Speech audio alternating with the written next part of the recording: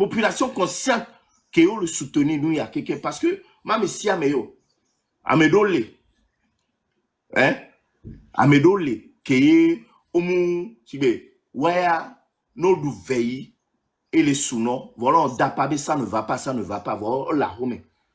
Ameyo inconscient, Ameyo, nos du colis, contotian, Ameyo inconscient, voilà, petit à petit, on va vous ramener à la raison. On va vous ramener à la raison.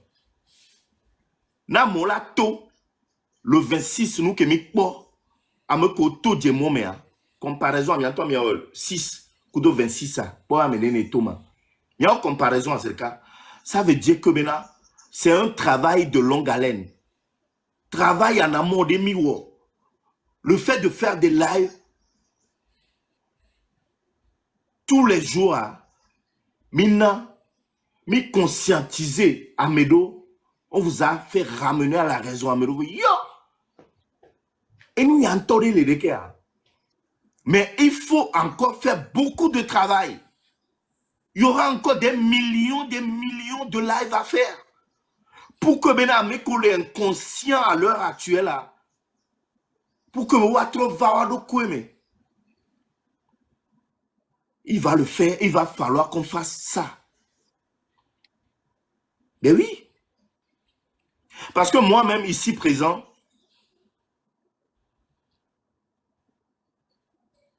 je n'étais pas impliqué à 100% dans ce qui est politique. Mais quand je me suis documenté un peu plus, je me suis dit, ah, j'ai été vraiment naïf. Et j'ai mis mes 2 pieds, mes 2 bras dedans. Et jusqu'à ma mort, je serai dedans. Jusqu'à la fin du règne de Fogna Sibé. Et je sais que toi qui me vois ici présent, toi qui es inconscient à l'heure actuelle, ce n'est pas de ta faute. J'ai été à ta place il y a quelques heures, il y a quelques semaines, il y a quelques mois. J'étais à ta place. J'étais aussi inconscient comme toi. Mais j'ai fini par comprendre. Mais tu comprendras un jour. Mais c'est à force de faire des lives, de te parler, que tu comprendras. Ça va venir. Le 6. Ben oui. Le 6, on était, allez, grosso modo, on va dire combien à peu près, Roméo, on était, le 6, on va dire, on était 5000. C'est ça. 5000 à sortir. Je peux vous dire que le 26, on était à combien? Je vous laisse le deviner. À peu près dans les commentaires. Le 26, on était à combien? Ça veut dire qu'on monte en crescendo, petit à petit. Ça va arriver. On ne baisse pas les bras. On ne baisse pas les bras. On était à plus de 50 000 à être dans les rues. Plus de 50 000. La prochaine fois, ça va être 100 000, 200 000. Ça va monter. On ne baisse pas les bras. Encore une fois, on remercie les pays limitrophes. Ghana qui commence à parler de nous. Bénin, Cameroun, Côte d'Ivoire, Libéria, Gambie, aux États-Unis. Parce que, figurez-vous qu'il y a des Afro-Américains qui commencent à parler aussi de nous. Et là, aujourd'hui, il y a quelques heures, Jean-Luc Mélenchon, qui est dans le gouvernement français, qui commence aussi à parler. Jamaïque. Peut-être qu'il y a des pays que j'oublie. Dites-moi dans les commentaires. Kenya. Burkina Faso. Ça commence déjà à parler du Togo. Ça va aller loin. Et ça va réveiller d'autres pays. Vous allez voir. Ça, c'est la révolution. C'est l'endurance. On ne va jamais abandonner, les gars. Si jamais il vous passe dans la tête, si jamais, toi qui me regardes, il te passe dans la tête une fois de se dire que tu es fatigué, est-ce qu'il vaut mieux pas d'abandonner? Pense aux jeunes qui ont perdu leur vie. Pense à ces gens qui ont perdu leur vie. Il y a quelques jours seulement. Pense à eux. Et n'abandonne jamais. Continue toujours à donner le peu que tu as, à soutenir cette lutte. En tout cas, nous, on n'est pas prêts d'abandonner. Ah. Roméo. Vous savez, ce combat, c'est un combat qui commence d'abord dans la tête. Après ça vient dans les actions. Le combat commence dans la tête comment? Vous n'êtes pas sans savoir que ce qui se passe chez nous au Togo, il n'y a pas de bouche pour le développer au fait. Regardez le Bénin. Simple 10 ans que Patrice Talon a fait. Allez voir au Bénin. Le Togolais n'a pas de problème. Le Togolais ne veut pas de grandes choses. Simple vie. Simple vie que nous cherchons. Si nos mamans vont à l'hôpital, qu'on les soigne. Qu'on les soigne. Quand le Togolais va à l'école, jusqu'à sa maîtrise, jusqu'à sa baccalauréat, qu'il trouve du travail. Qu'il trouve du travail. Si quelque chose ne va pas bien dans notre pays, qu'un Togolais ait le courage de parler sans qu'au fond de la nuit, on l'enlève, on le met en prison, sans jugement, on t'oublie là-bas. Ce que nous réclamons, écoutez, c'est la pire des choses normales qu'on peut même pas parler dans le monde entier. Écoutez, quelqu'un qui fait 20 ans au pouvoir, 20 ans, vous-même, de vous et de moi, normalement, le Togo est à la une présentement, où on parlait que nos mamans, nos soeurs font des accouchements par terre. Au lieu que Faure Gnassingbé fait sortir des millions pour payer des matériaux ou des matériels, aller déposer à l'hôpital, il préfère faire sortir les millions, payer aux miliciens de pouvoir détruire la vie des populations, de la population. L'argent que Faure Gnassingbé dépense maintenant dans ce combat, pourquoi ne pas faire sortir ces petits millions-là? Commencer à faire des travaux, commencer à faire des actions qui peuvent nous...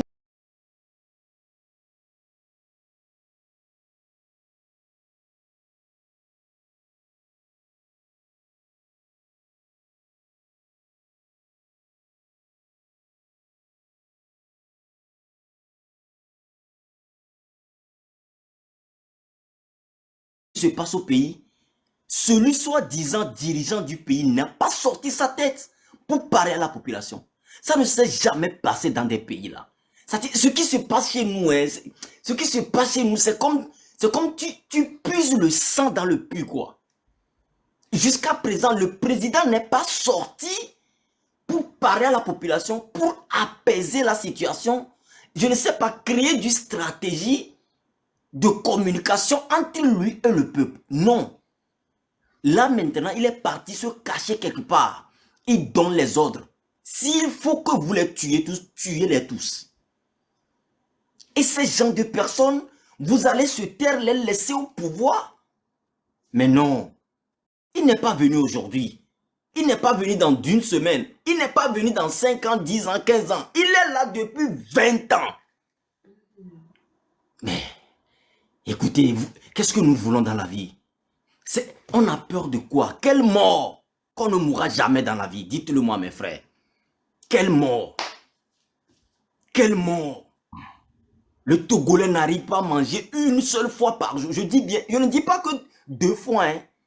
Il n'arrive pas à manger une seule fois par jour. Mais nous avons tout chez nous. Qu'est-ce que le Bénin a plus que le Togo? Dites-le moi, mes frères. Qu'est-ce que le Burkina a plus que le Togo? Dites-le moi. Même la Côte d'Ivoire, qu'est-ce que la Côte d'Ivoire a? À part le café cacao, plus que le Togo. Mais regardez leur état de vie. Regardez leur état de vie. Mais eux, ils se plaignent toujours. Hein. Malgré ce que les présidents qui se sont roulés en Côte d'Ivoire, malgré tout ce qu'ils ont fait, la population se plaint toujours. Imaginez-nous notre cas. Je n'ai jamais vu un dirigeant qui fait sortir des milliards pour qu'on bastonne sa population. Je n'ai jamais vu ça. Je n'ai jamais vu ça. Je n'ai jamais vu ça. Ça dit, quand je vois le cas de mon pays ou quand je vois Faure Gnassingbé, je me demande c'est quoi? Sa naissance de vie est une malheur pour le Togo ou ça dit, je ne comprends pas. On peut être nul comme ça dans la vie. On peut être inutile comme ça dans la vie là. Mais non. Et nous, la jeunesse, on doit voir les choses comme ça et se taire. Mais écoutez, c'est pas possible. Ma vie ne vaut mieux pas la vie de Sylvanus Olympio. Ma vie ne vaut mieux pas la vie des gens qu'il a mis en prison là-bas, sans jugement. On les oublie là-bas comme ça. Mes chers frères, on meurt qu'une seule fois dans la vie. En tout cas, nous là, Faure Gnassingbé, je sais que tout le temps, tu es dans le live. Nous que tu vois là, papa, devant Dieu et devant les ancêtres, devant la terre, nous, on va voir ton départ. Que tu le veux ou non. Manière dont tu as résisté 20 ans pour détruire la population togolaise. Nous aussi, on va résister avec toi plus de 20 ans pour que tu pars. Et tu vas partir. Mais tu vas m'écouter, Faure Gnassingbé. Il faut savoir un truc que tu ignores. Parce que je ne sais pas si tu es comment on dit, c'est un sardine ou une sardine. Man. Si tu es du sardine, ça dit que tu n'as pas de tête sur ton corps, je ne sais pas. Quand tu fais toutes tes bêtises là, tout est maléfique que tu fais, tu oublies la vie de tes enfants. La vengeance qui est derrière toi est grand, papa. Ta propre famille va se venger contre toi. Tous les hommes politiques vont se venger contre toi. Tous les gens que tu as fait chasse à l'homme, ils vont se venger contre toi. Et cette vengeance viendra après que tu n'es plus là. Aujourd'hui, peut-être tu es là, tu protèges tes enfants et tout, tu penses que ouais, papa, un jour tu ne seras pas là. Rappelle-toi très bien, quand ton papa Yadema était là, il vous rassurait l'assurance. Il a bourré tous vos comptes. Nous, on a appris qu'avant que Yadema ne meure, il a laissé quand même 60 milliards par tête. Tous ses enfants. 60 milliards. Au moment où le Togolais est payé à 32 000 à l'époque. 60 milliards. Mais quand ton père allait mourir, il est mort comment? Il est mort dans l'eau chaude. On a même appris que tu étais dans la chambre le jour-là. Personne ne sait si c'était toi qui as fait le coup d'état à ton père. Parce que voyant tes comportements de nos jours, tu n'es pas loin de ça. Et Yadema est un multimilliardaire en dollars et en euros. Quand il est mort, vous, ses enfants, vous devenez quoi? Vous devenez la pire des images dans le monde entier. Vous, les enfants d'un milliardaire, d'un président de la République, vous ne vous comprenez pas. Yadema est mort et tous ses enfants ne se parlent plus. Chacun arrête son frère et il le met en prison. C'est ce qu'on appelle malédiction de vie. C'est ça. Et c'est ce que toi tu laisses, cette malédiction, le triple de cette malédiction, tu le laisses à tes enfants. C'est comme si tu oublies ce qui va se passer derrière toi. Tu oublies ça. Ce qui va se passer derrière toi, c'est méchant, méchant. Continue à faire la tête. Nous, tu nous fais rire. Parce que l'âge que tu as 59 ans aujourd'hui. Tu n'as plus beaucoup de temps fait sur terre. Nous, on va encore vivre. Et nous serons les témoignages. C'est nous qui ferons des témoignages à tes enfants. Le jour où tu ne seras plus là. Parce que quand tu vas partir, la division spirituelle va créer entre tous tes enfants. Ce qui va donner un résultat négatif et zéro. Parce que tout ce que tu fais aujourd'hui là, c'est quand ton départ sera là que tu verras que tout ce que je fais en fait, c'est un gros zéro. Et c'est un gros zéro. Parce que tous tes enfants ne seront jamais unis. Tous tes biens n'auront plus de résistance. Tout sera cassé. C'est très spirituel. C'est comme un karma, c'est naturel. Donc papa, où que tu te caches présentement là, où que tu te caches là? Tu penses que nous, on ne